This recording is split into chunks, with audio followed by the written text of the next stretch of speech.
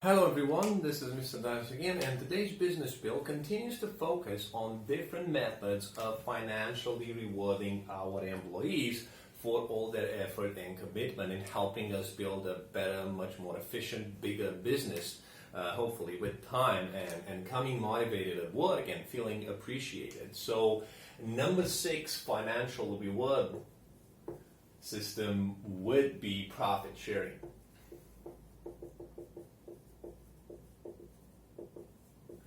I cannot stress out how important it is to put this in front of a staff member and be able, as an employer or as a business owner, to pass this on confidently, letting the other person know that there will be profit.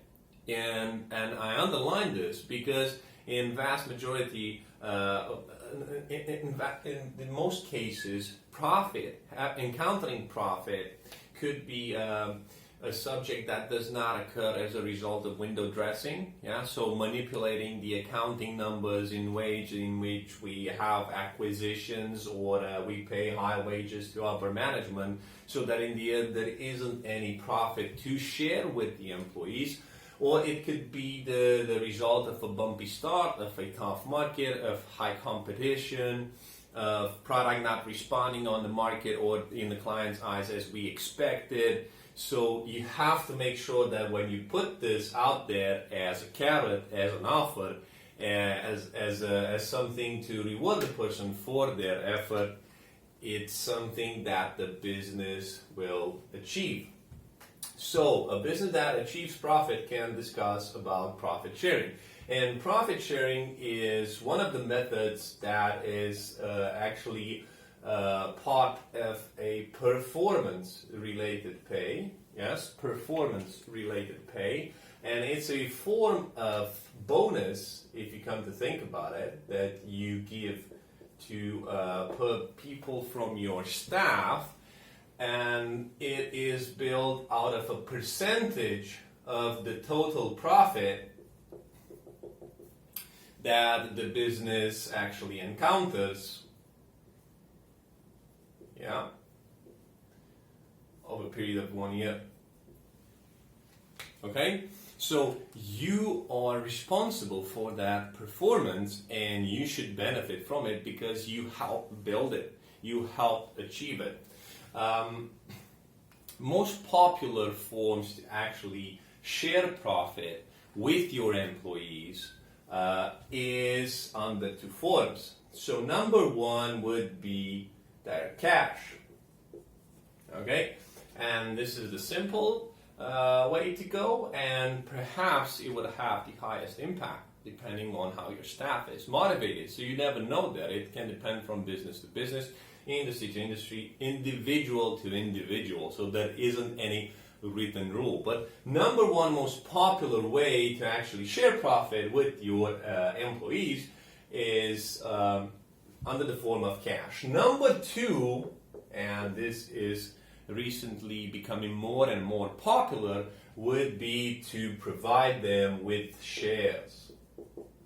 What does this mean? You give them a slice of the company. Okay? But what I like about profit sharing is that although we gave the example of a percentage from the total profit that was encountered in that year, is actually very tightly linked to time. So it's talking about years here in the end, and let me give you a further explanation over here so that it actually makes sense.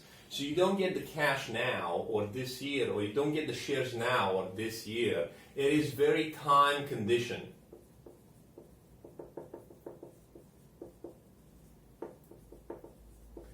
Meaning that you benefit of this in, let's say, one of the 2 scenarios.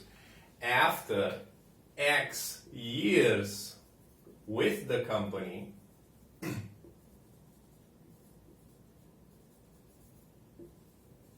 let's say 10 plus years.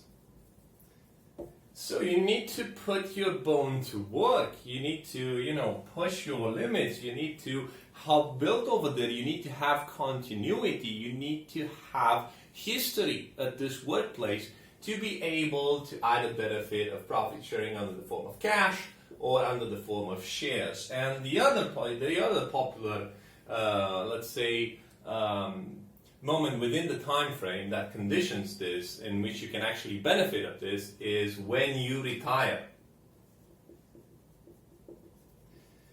So, as a result of working and dedicating yourself, your entire career to us, when you retire, you might receive even shares and even cash as a result of the profit that was encountered in the last decade, a percentage of it, because you helped build this.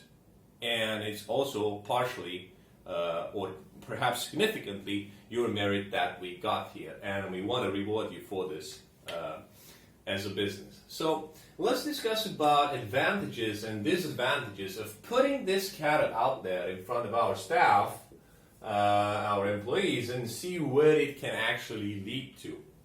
What I consider to be the biggest advantage is that it encourages team spirit.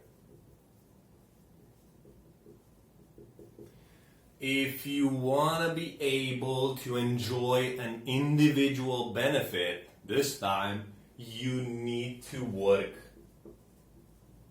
closely with your colleagues, so that in the end you can enjoy an individual gain. Yeah? Change of dynamic over here. You're no longer focused just on my individual tasks and my individual parts. So I need to be a team player. And if I don't know how to do that, I need to learn fast. Otherwise, I won't be able to benefit of this financial reward system. Second one, and I cannot stress out how important this is, especially when we talk about top talent and being concerned that you're on a very competitive market out there that's constantly hunting your employees and putting bigger carrots in front of them. Now, this is extremely important. This is a big advantage, like I said. So, it trains loyalty and commitment.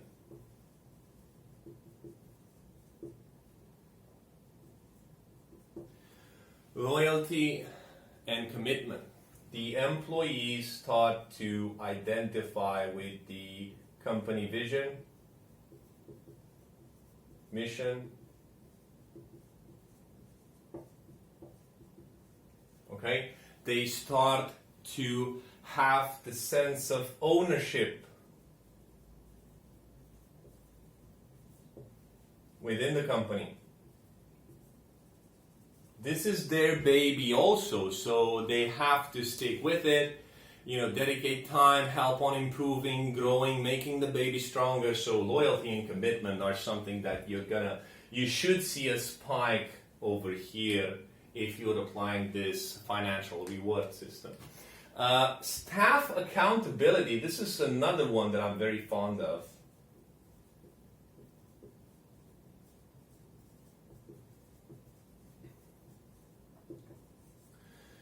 You're gonna see employees questioning each other if they took the right decision, if they're spending enough time on solving a problem, if they're being efficient enough in the methodology they embrace to actually solving that problem. So they become an observer and an evaluator for each other, and top performers will want other top people around them, so it's not going to be a place easy for poor performers to be around, especially since this feeling of staff accountability becomes very intense once you have this sense of ownership and once you align with the company mission and vision.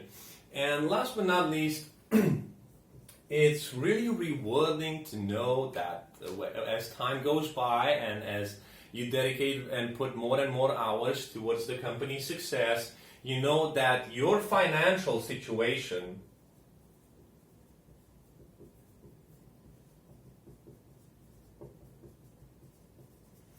tends to improve in time. as a result of your effort. Huh? So if you have a stronger team, a better team, a bigger team, if you achieve better results, your financial situation will just increase in time. And this means that, by the time you start thinking about a pension, you're going to be looking at some extra cash and perhaps some shares in a company that owns something. So it's quite a rewarding feeling to have along this very harsh journey that you have in front of you at the start of your career, to say so. But let's discuss also about the minuses, because there are also minuses. So number one minus that I see over here, and this is why I really insisted at the beginning of this video that if you go and put this in front of your employees, you gotta be 100% sure then you gotta make a profit over there. And not only that you're gonna make a profit, the amount or the percentage that you're gonna share with your employees is gonna be substantial. So if it's not substantial, so if there is no profit, or the profit, it's not substantial, it's gonna be extremely demotivating.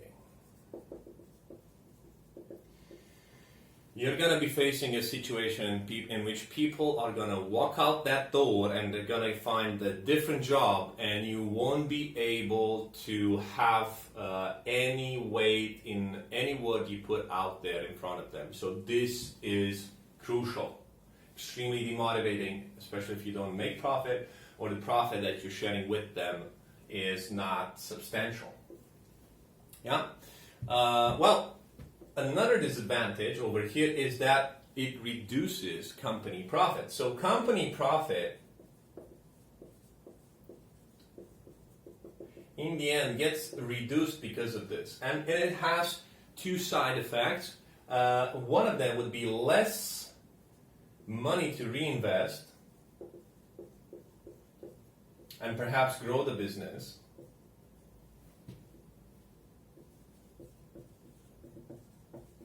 And number two, and this depending on what type of shareholders or owners you have there, and it's not an easy discussion to go through there, it will shrink their dividends. Less dividends for you guys because we have to share these with the employees as we have agreed on this profit sharing scheme that we have here in front of us at company level. It also could create some tensions,